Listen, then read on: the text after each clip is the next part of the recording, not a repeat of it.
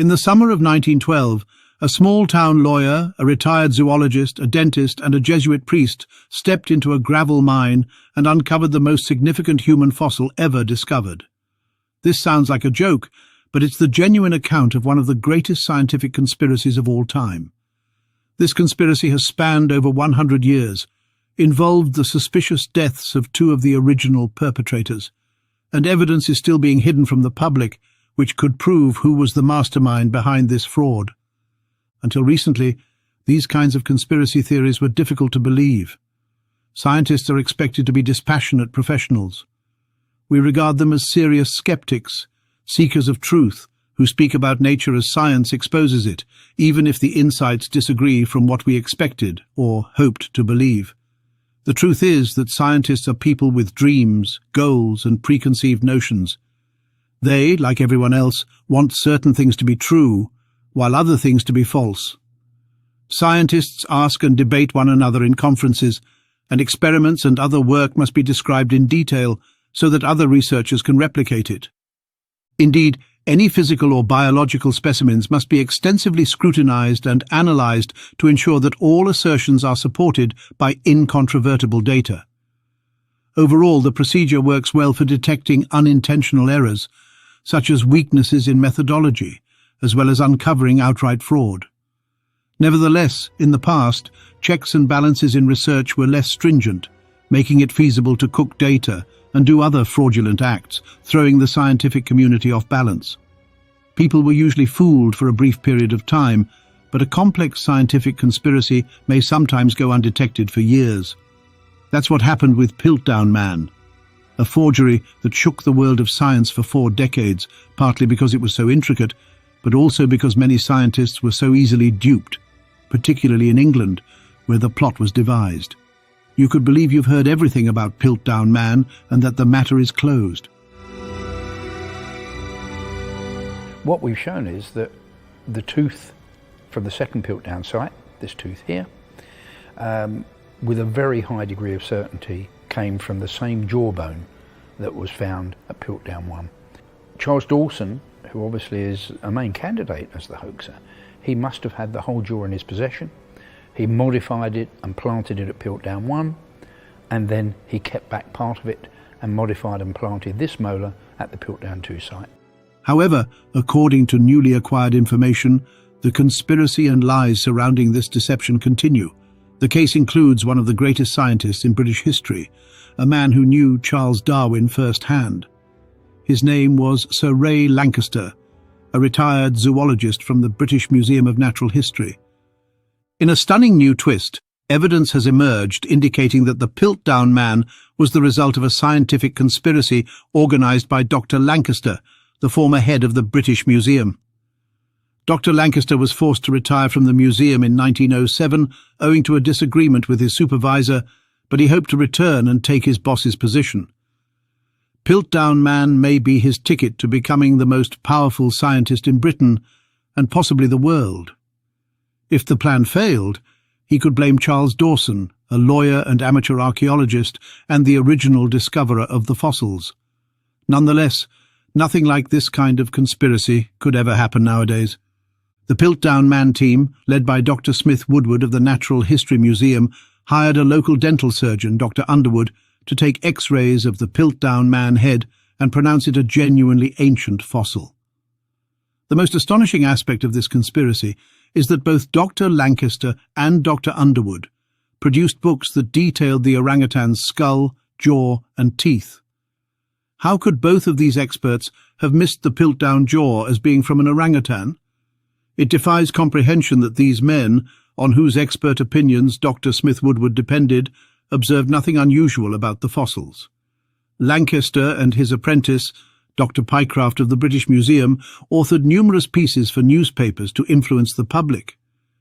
They also released books and scientific papers debunking other scientists who argued that Piltdown Man was not a true new species.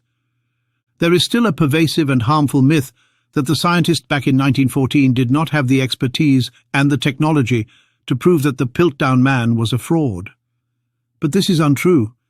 In fact, there were many experts who realized that the jaw and the skull did not belong together. and the only technology one needed to prove this was a microscope and a simple chemical test.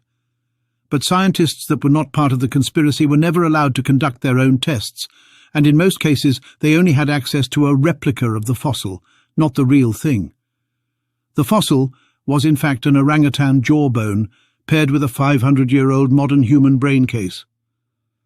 According to a report made by an American scientist from the Smithsonian in 1915, the mandible appeared to have been mutilated in an unnatural manner.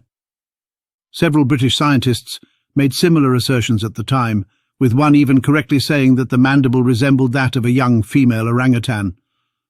Dr. Lancaster and Dr. Underwood always wrote that the jawbone was similar to a chimpanzee, which was likely a red herring, so that other researchers would focus on the chimpanzee and never make the connection to the orangutan.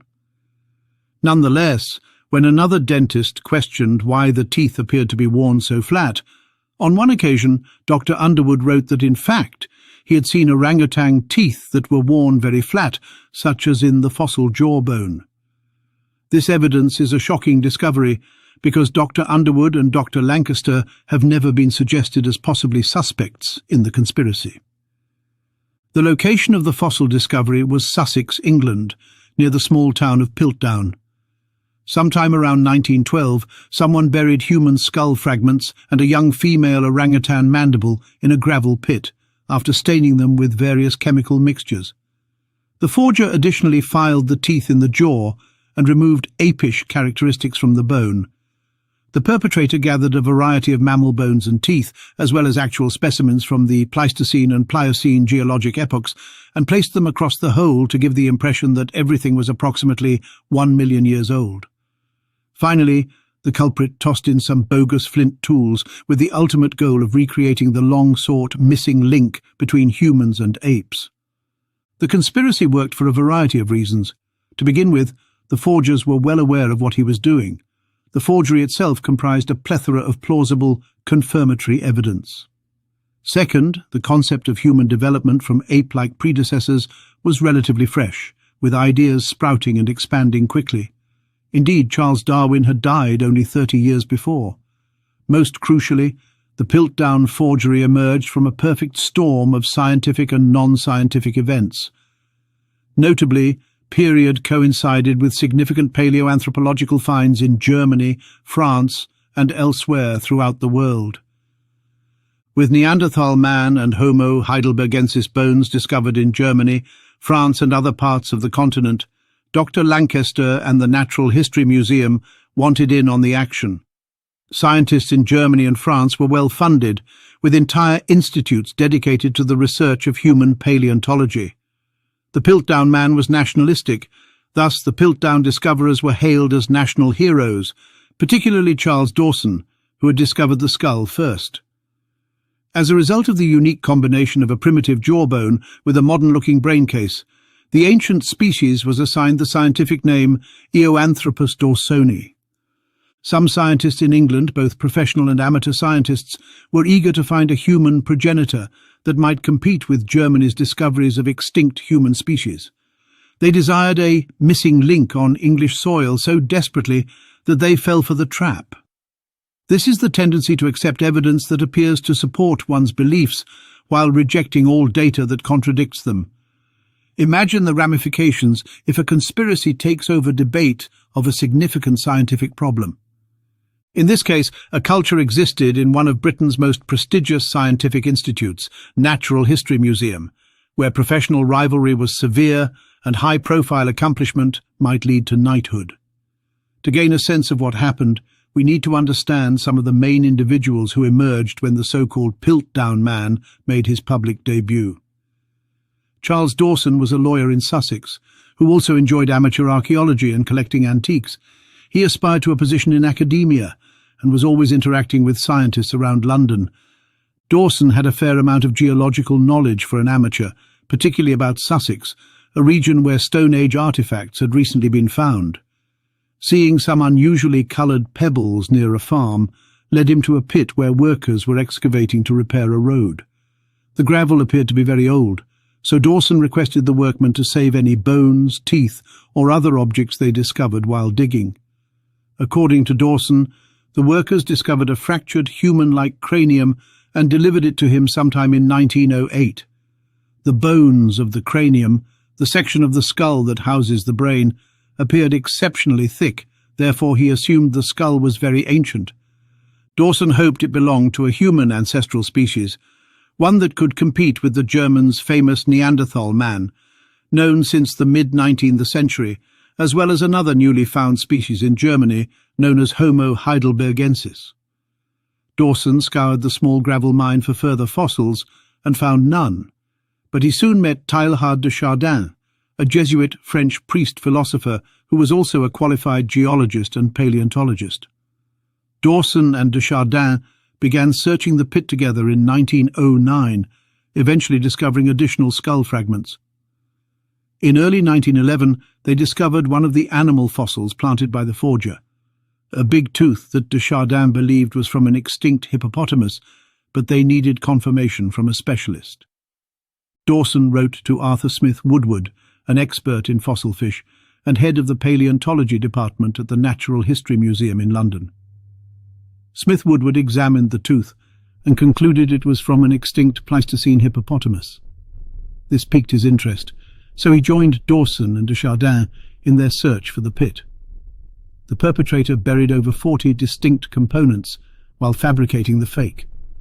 By the middle of 1912, Dawson and his two friends had discovered the vast majority of the animal fossils and flint artifacts.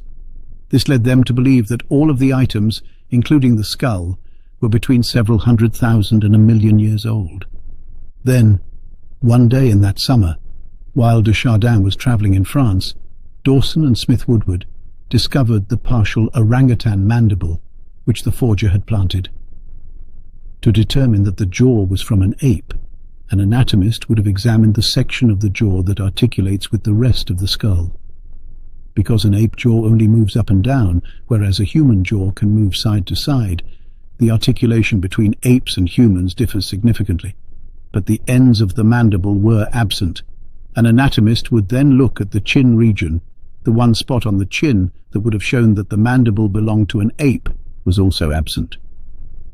Teeth also differ significantly between humans and apes, yet the teeth on this mandible were highly worn, making it impossible to evaluate ape-human distinctions, and their size appeared to be midway between human and ape. As a matter of fact, the dentist Dr. Underwood and the zoologist Dr. Lancaster would have the knowledge to be able to effectively mutilate the orangutan jawbone and file down the teeth in this manner. Though human evolution was not his area of expertise, Smith Woodward waded into it, hypothesizing that both the skull and the mandible must be ancient, in which case it appeared probable that they came from the same individual. If that's the case, he's arguing the existence of a creature with a brain the size of a modern human, but a jaw and teeth somewhere between human and ape.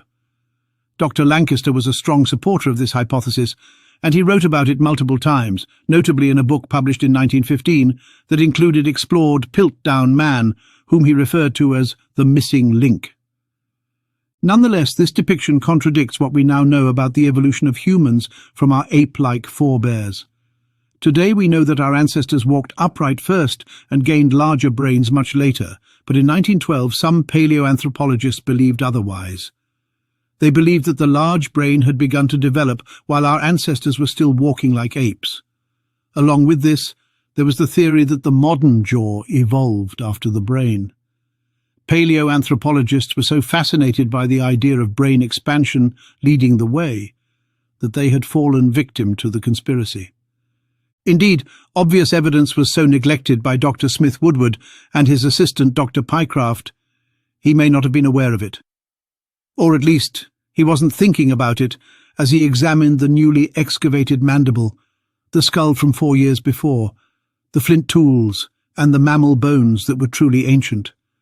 They believed they had found the so-called missing link, and were eager to show the fossil to the world, so eager that they failed to undertake key tests that were fully within Smith Woodward's capabilities.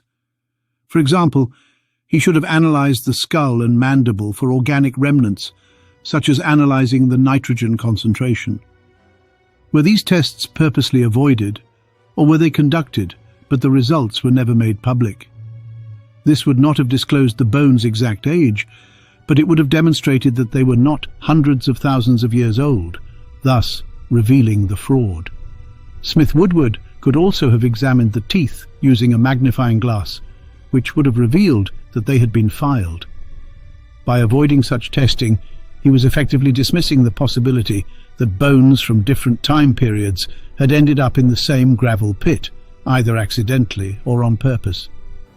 Well, I think because Charles Dawson is the only person identified with that second Piltdown find, I think it shows that he was centrally involved in the whole business. In our view, he was certainly capable of doing all of the modification, and we also think we can demonstrate in the analyses we've done that the hoaxer, or hoaxers, but let's say Dawson, they actually kind of learnt as they went along.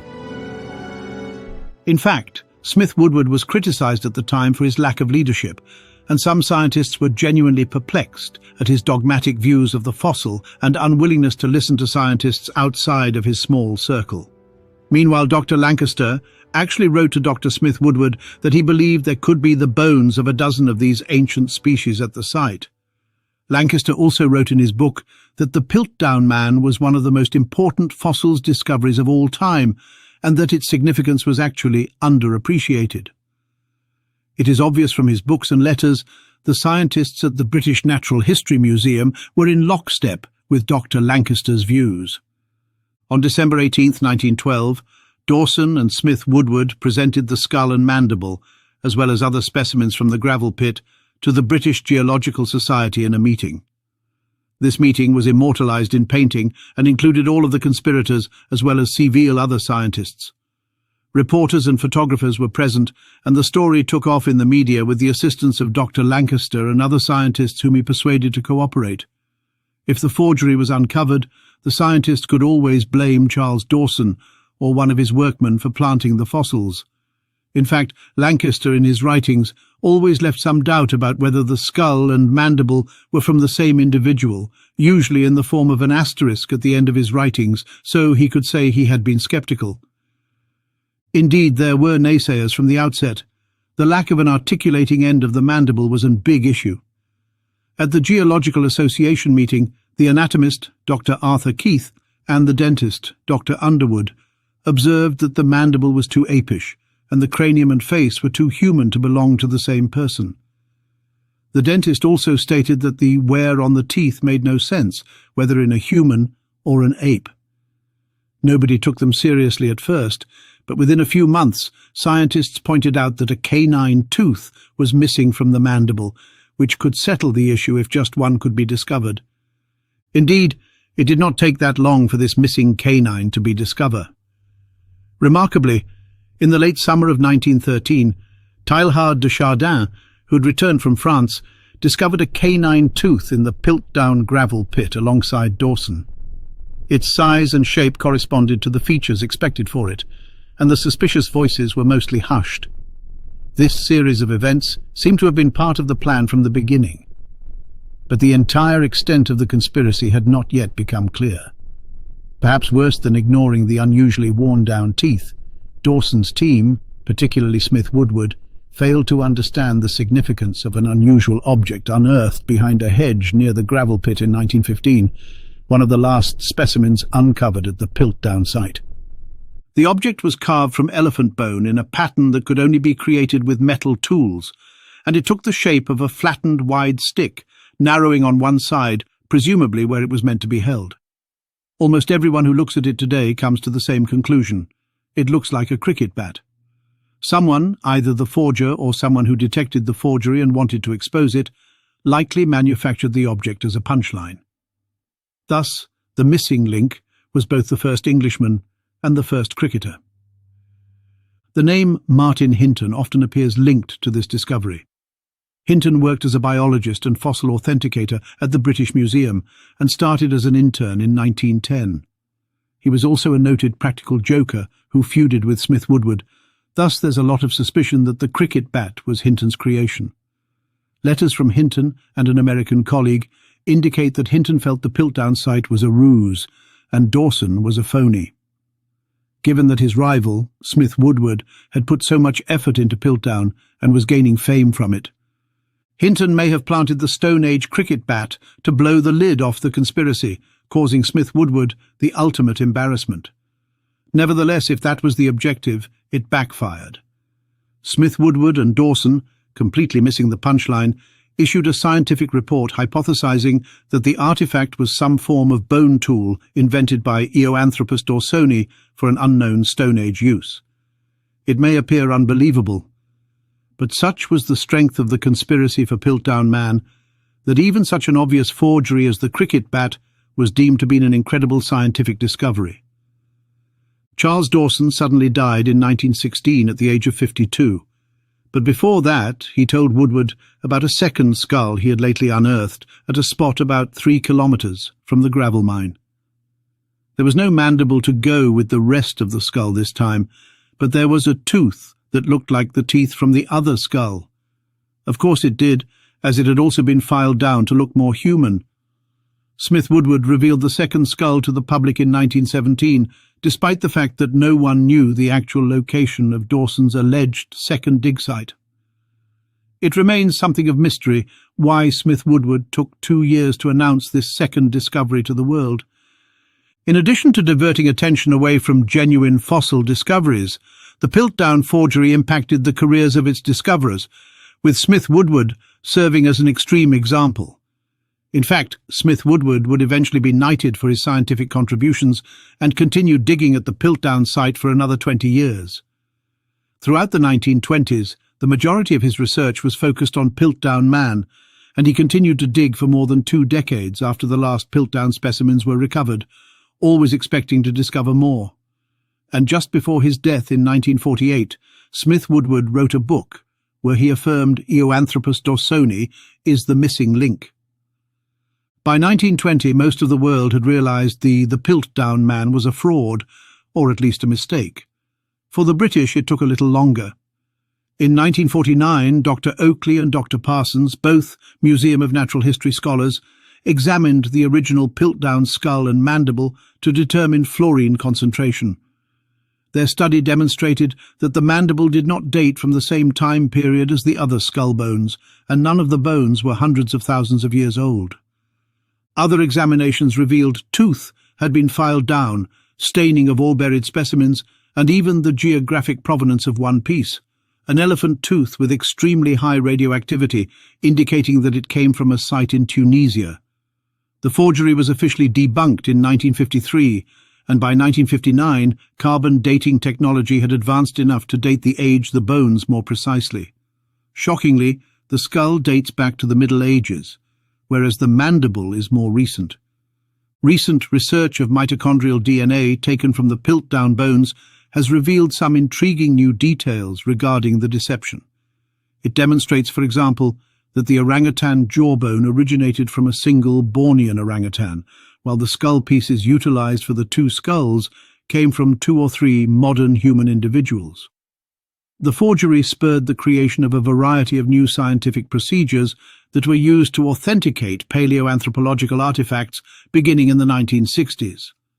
Thus, in some ways, Piltdown Man had a positive impact on science in the long run. Since the fraud was exposed in the 1950s, the investigation has shifted to determining who could have perpetrated the conspiracy. Sir Arthur Conan Doyle, the famed author who invented Sherlock Holmes, was a Sussex resident who visited the Piltdown site multiple times during the peak of the conspiracy and dealt with evidence on a daily basis. But despite his credentials as a medical doctor, Conan Doyle was shunned by the English science community for practicing pseudoscience. Because Conan Doyle's character, Sherlock Holmes, was all about evidence and deduction, some historians argue that Conan Doyle devised the Piltdown forgery to trap scientists and demonstrate that they were unaware of evidence. It's an intriguing notion, perhaps even more so today, given the bone research revealing that the culprit was an amateur. Indeed, Dr. Lancaster was a close friend of Conan Doyle's, and both were known to love a good drink and a good party. This is in stark contrast to Smith Woodward and other scientists who were teetotalers. Nonetheless, over the years, conjecture has also centered on Smith Woodward. But Smith Woodward spent the remainder of his life searching for more PILTDOWN specimens, making him appear more like a victim than a perpetrator. For Charles Dawson, the evidence is circumstantial, but there is a lot of it, especially given other fraudulent finds. Dawson was known as a good amateur archaeologist during his lifetime, but when the PILTDOWN conspiracy was discovered in 1953, it was discovered that the majority of the more than 40 artifacts that emphasized Dawson's amateur scientific career were either manufactured or had evidence of deception. So Dawson was likely the forger of the skull, but he got caught up in a conspiracy that became a worldwide scandal. Ultimately, it may have led to his early death at the age of 52 in the summer of 1916. Coincidentally, the dentist, Dr. Underwood, also died of heart failure that same year, in December, just a few days before the 4-year anniversary of the public unveiling of the PILTDOWN man. Could these deaths hint at something even more sinister in the PILTDOWN man conspiracy? Well, a couple of years before he died, Dr. Underwood received an anonymous letter which threatened to break his skull and jaw in the same manner that the PILTDOWN man's bones had been fractured if it was revealed he was lying about the PILTDOWN man. The Natural History Museum of London wants the public to believe this fraud was masterminded by a single individual, and their scientists were merely victims of an elaborate hoax, but as we have seen, the evidence suggests otherwise. The museum likely still has evidence in their files that could shed light on the conspiracy, including financial records that would show how much Charles Dawson, Dr. Lancaster and Dr. Underwood were paid for their involvement in the scheme. And with that tantalizing statement, we leave you to ponder the mysteries of our shared human history. Please share, comment, and check out the other videos on our channel. Thank you and take care. In fact, Smith Wood